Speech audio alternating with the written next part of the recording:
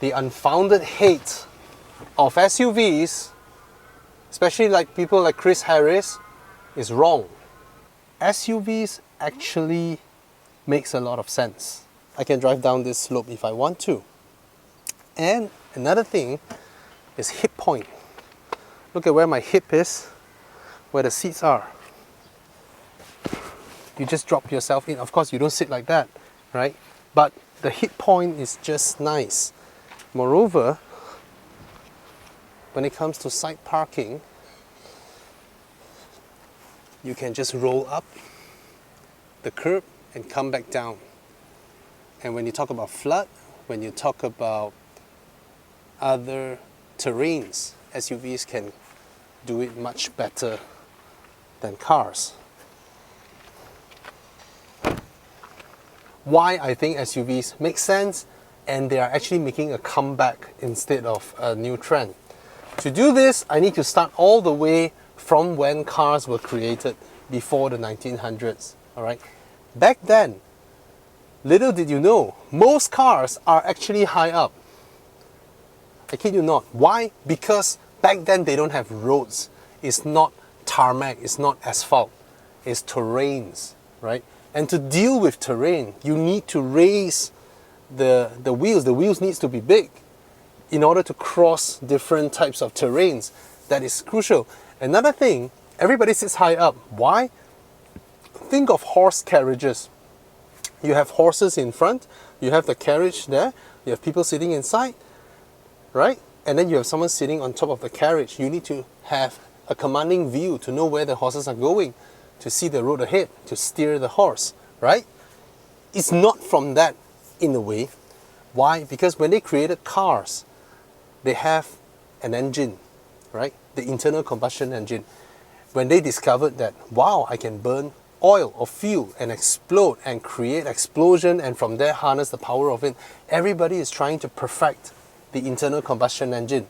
And as we all know, Nikolaus Otto perfected it, the 4-cycle ICE combustion engine, right? Suck, squeeze, bang, blow. Literally suck air in, squeeze the air, put fuel, ignite it, bang, and then when you come back up, it's all exhaust, blow.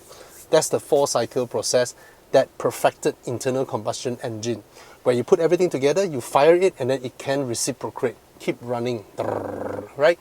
That was created by Nikolaus Otto. But of course, he did not thought of using that to replace horses. He thought horses are perfect. You know, you have them, they go everywhere, they eat on, you feed them with grass, grass is everywhere. You don't have to refuel it. Who wants to refuel a car? It's more for stationary, like you are doing a windmill or you are doing industrial processes and all that. So that was Nikolaus Otto. But it doesn't stop people from putting them into motorized vehicles, because in the 18th century, 1700s, the French actually already created cars, but with steam engines, right? So Mercedes-Benz did not invent the car, but Mercedes-Benz invented the modern automobile as it is, putting an engine there and running the car. So a little bit of backstory, right? So Carl Benz was the first person who placed an internal combustion engine into a motorized vehicle and then run it, right?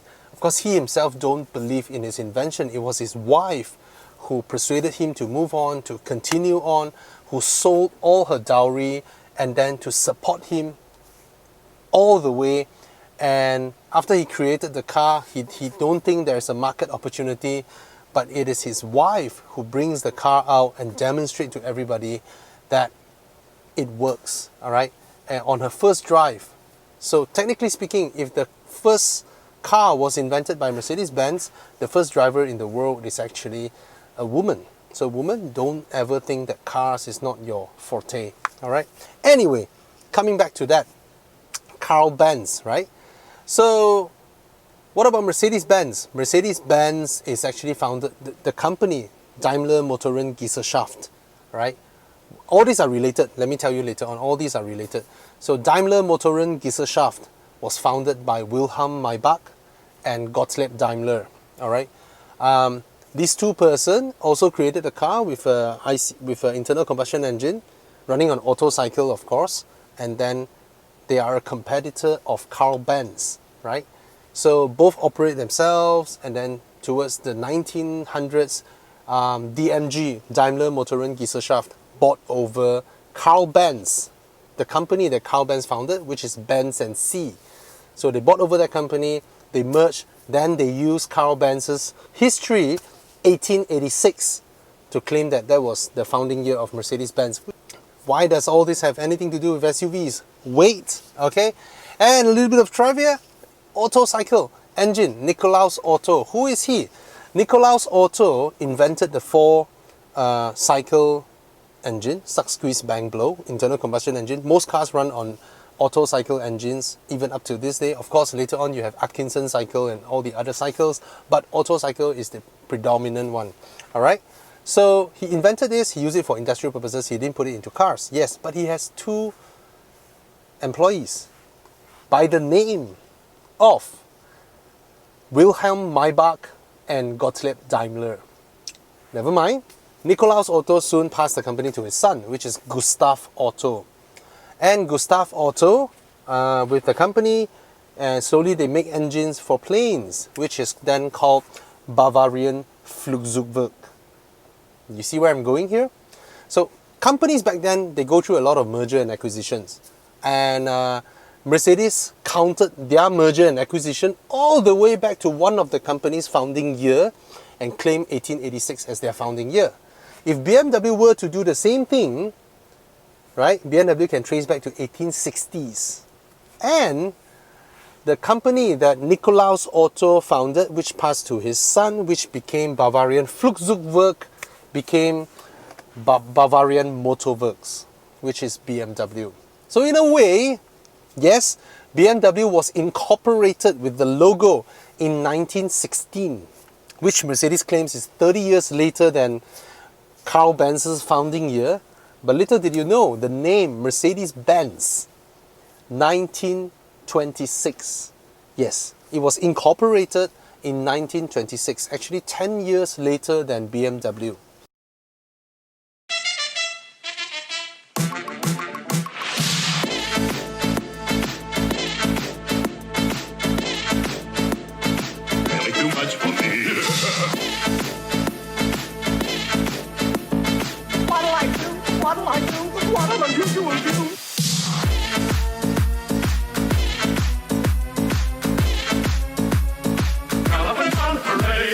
But Mercedes counts one of the company that makes up the group's founding year as his founding year. But the founder of DMG actually works for the founder of BMW.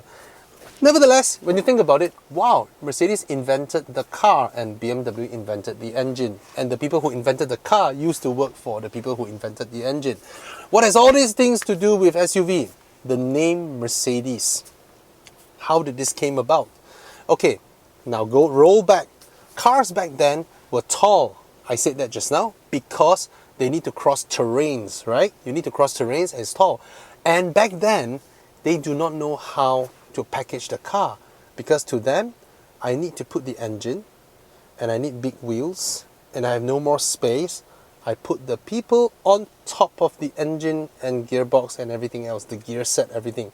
So everything is below because they need to run the wheels. So we have a lot of room up there. Why don't we put the passengers on top of these cars, automobiles, right? So it became something that you see with large wheels, okay? And then people sitting on top. Tall, right? Very high up. And they need the ground clearance to clear the terrains. So isn't that something like an SUV? Back then, every car is like that. Every automobile was created that way because that's how they learn. That's the only way they know how to build cars back then. As you know, men, right? When you have one car maker, then the second car maker, you need to prove you are better than his so that customers buy yours. You compete, right? So how do you compete? What's the best way to compete? At first with your engines and all that. And after that, let's go for a race. Of course, at first you test who is faster, right? But sooner or later, someone will say that, hey, mine corners better, right?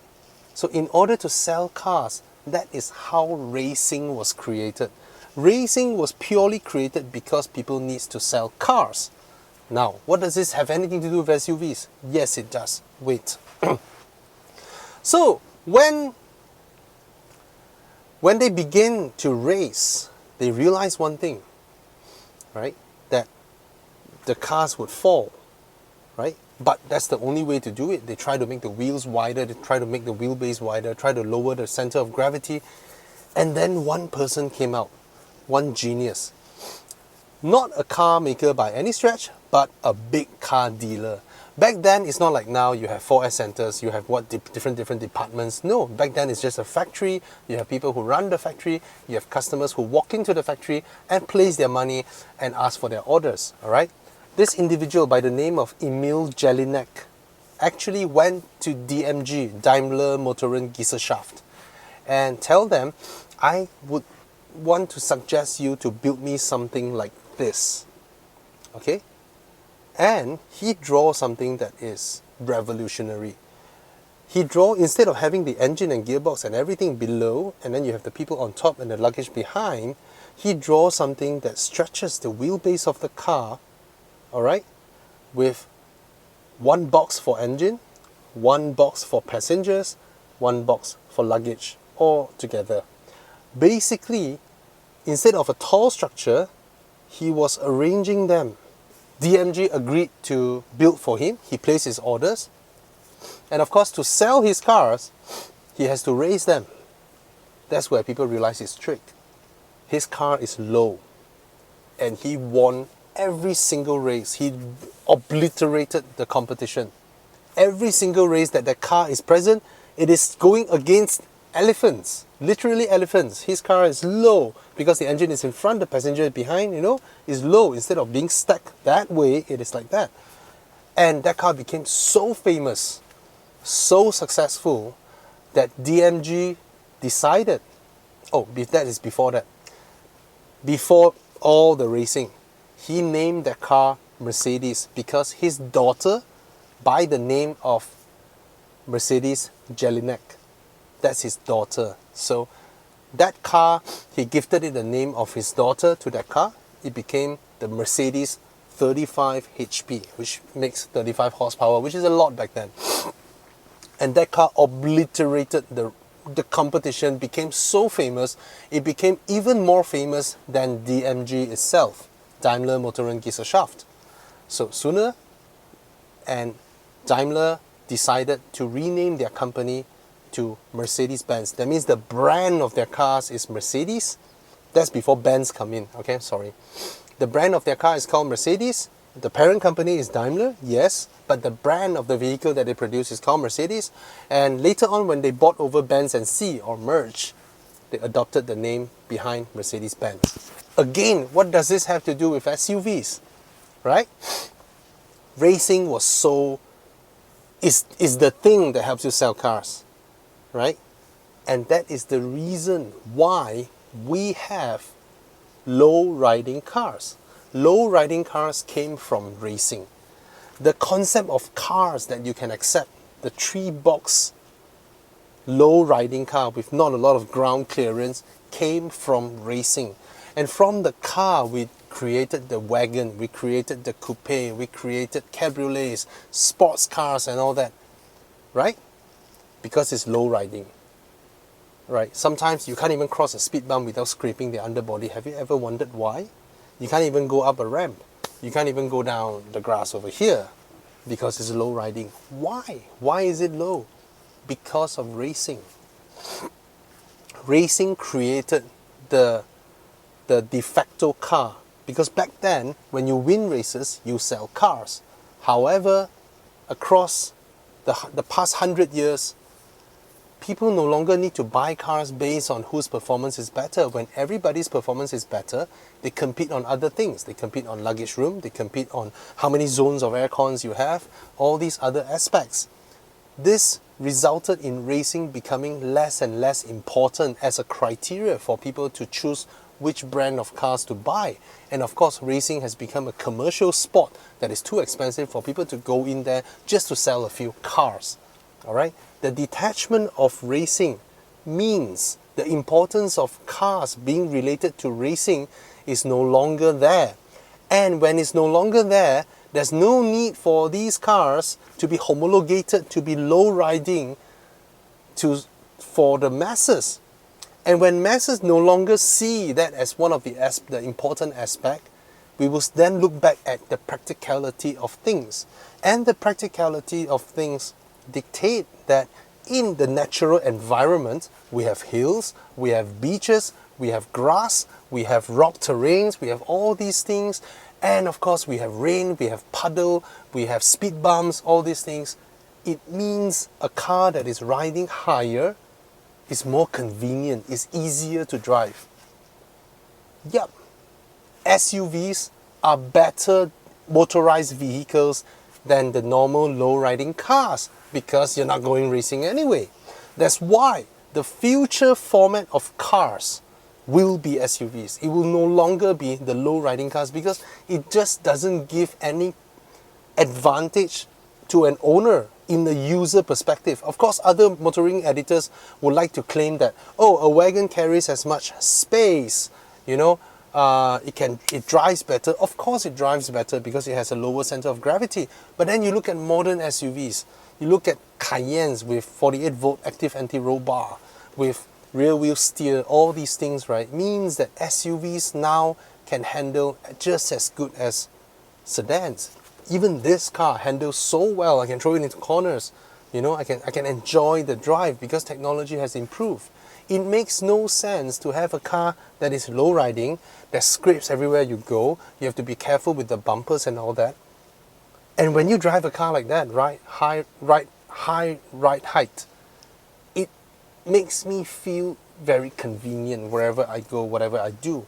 Even loading luggages behind is just at my hip point level. I just pick it up, right? When I open the boot, it's huge. I can take things out easily instead of a boot with a small opening.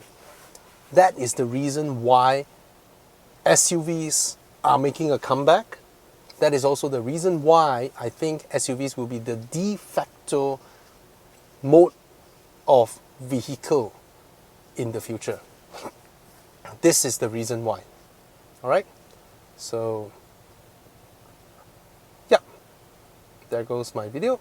And I hope you enjoy watching it. If you think this is a nice video, please subscribe. And below will be all my team members, all the 15 channels. Alright? Cheers.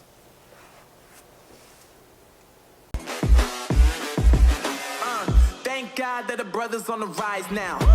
Endless celebrations all in my house. Levitating now, I'm super duper fly now. London boy, but DC where I reside now. Put the time in while you always yelling time out. And for quit it, cause I know I'm coming with it. You were sitting, you were wishing I was handling my business. Now I got the ball like Harry Potter playing Quidditch. And my business is humongous, you would think that happens in there. Oh man, I'm all that, yeah, I'm all that. Looking for that whip, yeah, that what you call that. I'ma blow up in the summer, have them yelling fall back. And I've always been ahead like an effing ball cap. Man, I came in the game like, whoa. Got a couple chains on me cause I like gold. They told me I'm the best and I told them I know. Cause when I'm in your town, every ticket I sold.